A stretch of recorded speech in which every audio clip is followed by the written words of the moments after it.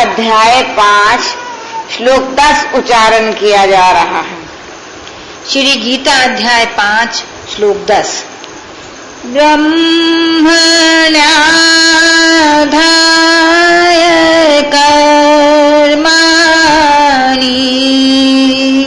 संगं त्यक्त्वा करोति यः लिप्यते न स पापेन पद्मपत्रमिवाम्भसा। इस श्लोक का सार विषय है भगवत अर्पण बुद्धि से कर्म करने वाले की और कर्म प्रधान कर्म योगी की प्रशंसा करके कर्मयोगियों के कर्मों को आत्मशुद्धि में हेतु बतलाना।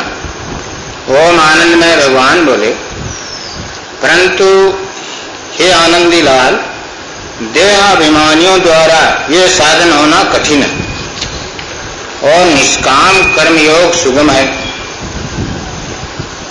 क्योंकि जो पुरुष सब कर्मों को ओम आनंदमय परमात्मा में अर्पण करके और आसक्ति को त्याग कर कर्म करता है, वह पुरुष जल से कमल के पत्ते की भांति पाप से लिप्त नहीं होता।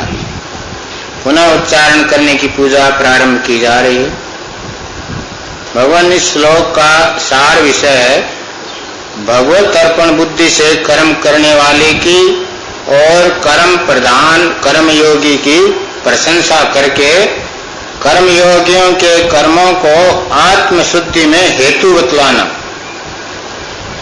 ओम आनंद में भगवान बोले, परंतु हे आनंदी लाल, देहाभिमानियों द्वारा ये साधन होना कठिन है और निष्काम कर्मयोग सुगम है, क्योंकि जो पुरुष सब कर्मों को ओम आनंदमय परमात्मा में अर्पण करके और आसक्ति को त्याग कर कर्म करता है, वह पुरुष जल से कमल के पत्ते की भांति पाप से लिप्त नहीं होता।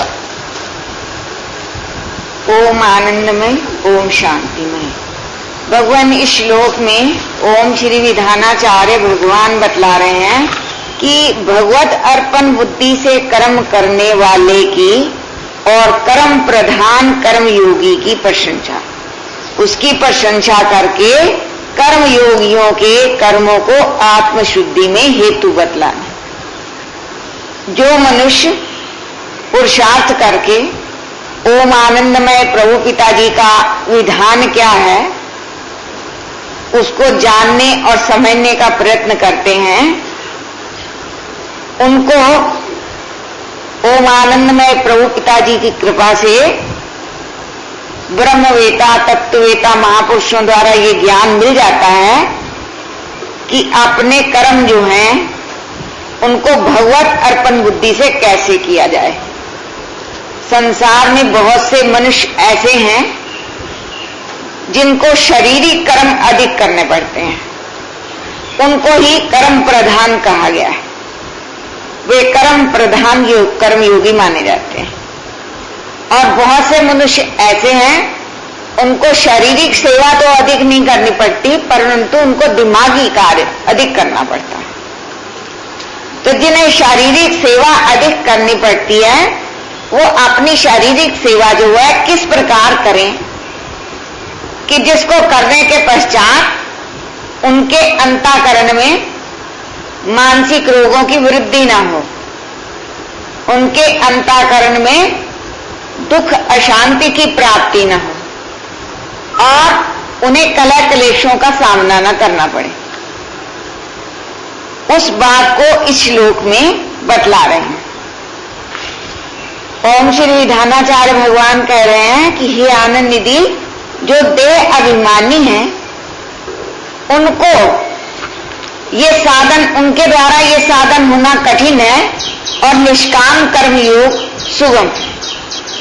मनुष्य को जन्म के पश्चात अपने जन्मदाताओं से और शिक्षादाताओं से और संसार के दर्शन श्रवण से एक अंतःकरण की भावना ऐसी पैदा हो जाती है कि वे देह अभिमानी हो जाते हैं।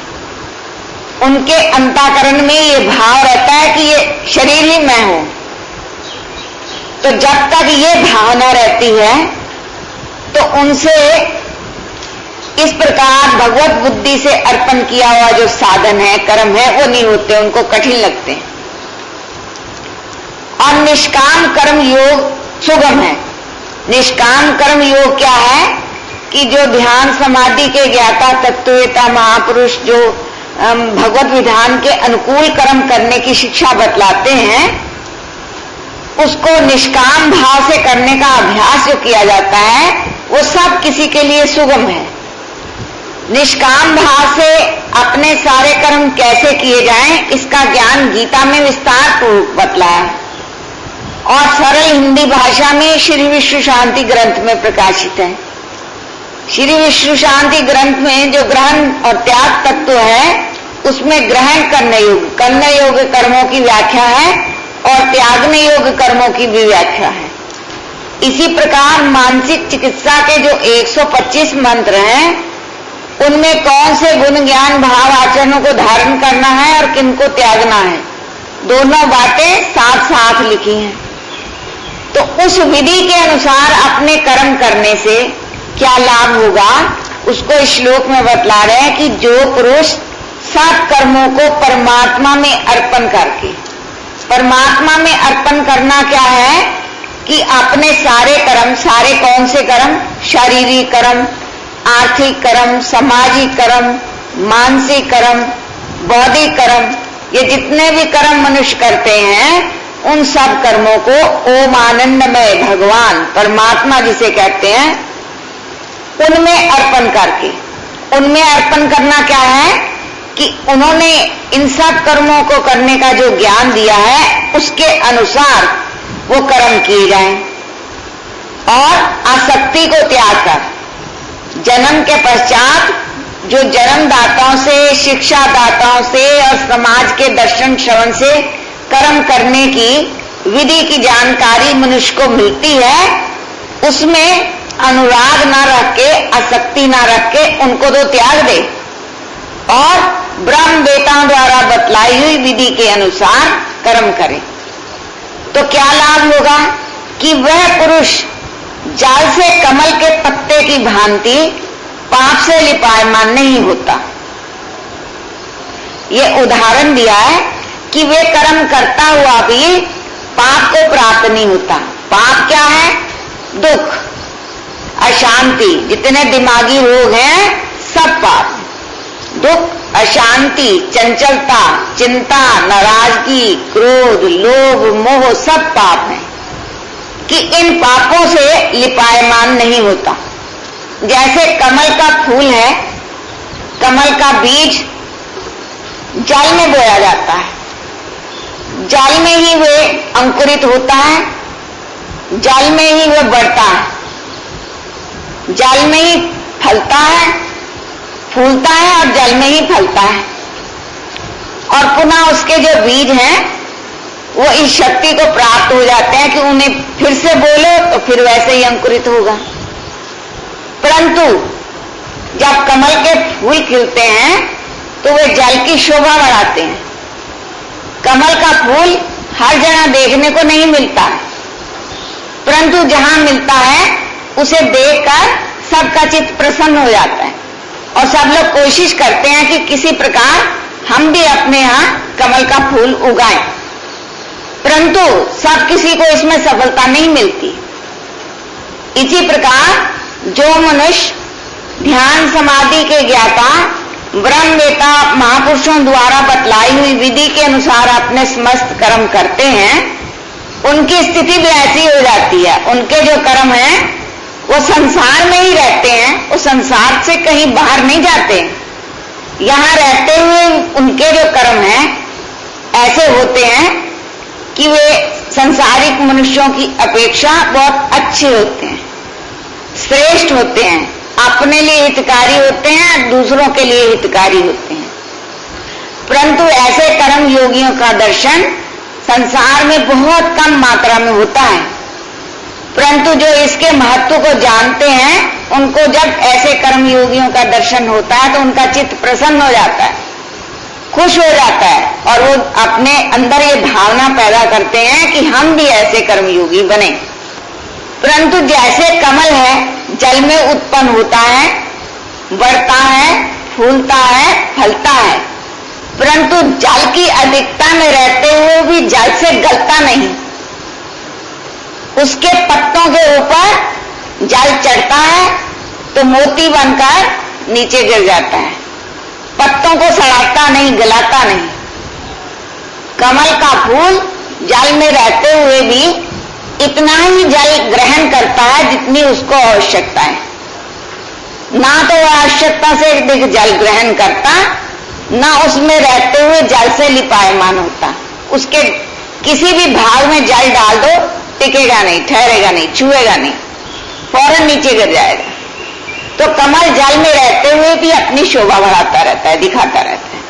इसी प्रकार जो वास्तव में ब्रह्मवेताओं के ज्ञान को लेकर कर्म करते हैं, अपने सारे कर्म करते हैं, उनकी स्थिति हो जाती है। वो संसार में रहते हैं, महापुरुषों की बतलाई विधि के अनुसार श्रेष्ठ कर्म करते हैं और अपने शुद्ध आचार विचारों से संसार में शोभा पाते हैं, परंतु सब कुछ करने के पश्चात भी उनके अंतःकरण में दुख, अशांति, चिंता, नाराजगी, क्रोध आदि मानसिक रोग नहीं होते। वे उनसे लिपायमान नहीं होते। यद्यपि देखने में उनके सामने सब प्रकार की प्रतिकूलताएं आती हैं, परंतु उन प्रतिकूलताओं से व्यथित नहीं होते, अपने मन को सम, शांत और स्थिर रखते हैं। यही इस श्लोक में ओम श्री विधानाचार्य भगवान ने कर्मयोगियों की विशेषता का वर्णन किया और ये विशेषता सब किसी को प्राप्त हो सकती है, मनुष्य मात्र को प्राप्त हो सकती है। जो प्रयत्न करेगा उसको ही ये विशेषता प्राप्त हो जाएगी। और इस विशेषता को प्राप्त करने का सरल और सुगम साधन है कि योग सिद्ध महामंत्र ओम आनंदमय, ओम शांतिमय का चलते फिरते, उठते बैठते, खाते पीते, सोते जागते हर समय जितना अधिक जप किया जा सके उतना जप करने का अभ्यास किया जाए। मन तरह तरह के विचारों में, तरह तरह के संकल्पों में और इधर उधर भागता है, उसे बार बार खींचकर ओम आनंदमय भगवान में लगाया जाए और मंत्र जाप का अभ्यास किया जाए। और श्री विश्व शांति ग्रंथ भाग 1 के पृष्ठ 13 से 16 तक जो 7 नियम है, समय समय पर उनका पठन किया जाए और उसके अनुसार जो दैनिक साधना की विधि है उसे अपनाया जाए। श्रद्धा प्रेम पूर्वक दैनिक पाठ किया जाए, दैनिक प्रार्थना की जाए और उसको समझ समझ कर अपने जीवन में उतारने का प्रयत्न किया जाए। और जैसे अभी ध्यान योग की विधि बतलाई गई, ध्यान के मंत्र उच्चारण किए गए, इस प्रकार अपने निवास स्थानों में रहते हुए दैनिक ध्यान योग का अभ्यास करें। इससे क्या लाभ होगा कि क्रम क्रम से अपने सभी कर्म जो हैं सुधरेंगे, ओम आनंदमय प्रभु पिताजी के अनुकूल होंगे और दिमागी रोग जो हमारे अंदर पैदा हो चुके हैं उन्हें दूर करेंगे और नए दिमागी रोग हमारे दिमाग में नहीं लगेंगे। इसे सब किसी को चाहिए कि वे स्वयं इस प्रकार महापुरुषों के बतलाए हुए विधि विधान अनुसार साधन करें और दूसरों को भी यथाशक्ति श्रद्धालु बनाते रहें। लाख आदमियों की भौतिक सेवा से एक आदमी की परम सेवा बढ़कर है। लाख मनुष्यों को हमने भोजन देने की व्यवस्था की और वस्त्र देने की व्यवस्था की, चिकित्सा की व्यवस्था की, उनको रहने के लिए भवन की व्यवस्था की और इसकी अपेक्षा एक व्यक्ति को हमने ओम आनंदमय प्रभु पिताजी के विधान में उसकी श्रद्धा करवा दी। तो ये परम सेवा लाख आदमियों की भौतिक सेवा से बढ़कर है। वे तो खाएंगे पिएंगे भवन में रहेंगे और फिर मन आचरण करेंगे और दुखी अशांत बने रहेंगे और दिमागी रोग उनके अंतःकरण में उपजते रहेंगे। परंतु जो भगवत विधान के श्रद्धालु बन जाएंगे उनके अंतःकरण से दिमागी रोग दूर होंगे और वे प्रभु पिताजी की जो दिव्य संपत्ति है, दिव्य पद है, जो सदा रहने वाला है, स्थायी है और मनुष्य को जन्म मृत्यु से छुड़ाने वाला है, वे उसको प्राप्त होगा। इसलिए लाख आदमियों की भौतिक सेवा से एक आदमी की परम सेवा बढ़कर है। सभी ओम आनंद में अनुरागियों को चाहिए कि वे यथाशक्ति इस परम सेवा के लिए प्रयत्न करते रहें। ओम आनंद में ओम शांति में। बोलो श्री आनंदमय भगवान की जय। ओम श्री